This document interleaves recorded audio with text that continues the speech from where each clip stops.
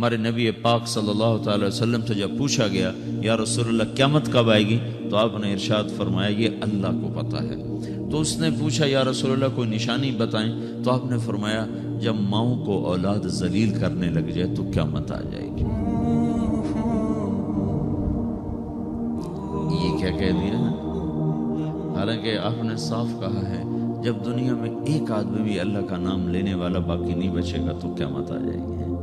لیکن آپ نے کہا جب، اور کہا ان تلد الامۃ ربتها، جب بیٹیاں بھی ماؤں کو ذلیل کرنے لگ جائیں، بیٹے تو کرتے ہی رہتے ہیں، کہ جب بیٹیاں بھی، جب بچیاں بھی اپنی ماؤں کو ذلیل کرنے لگ جائیں، نوکر کی طرح سلوک کرنے لگ جائیں، تو پھر قیامت آنے آ گئی۔ کب؟ پھر آ گئی۔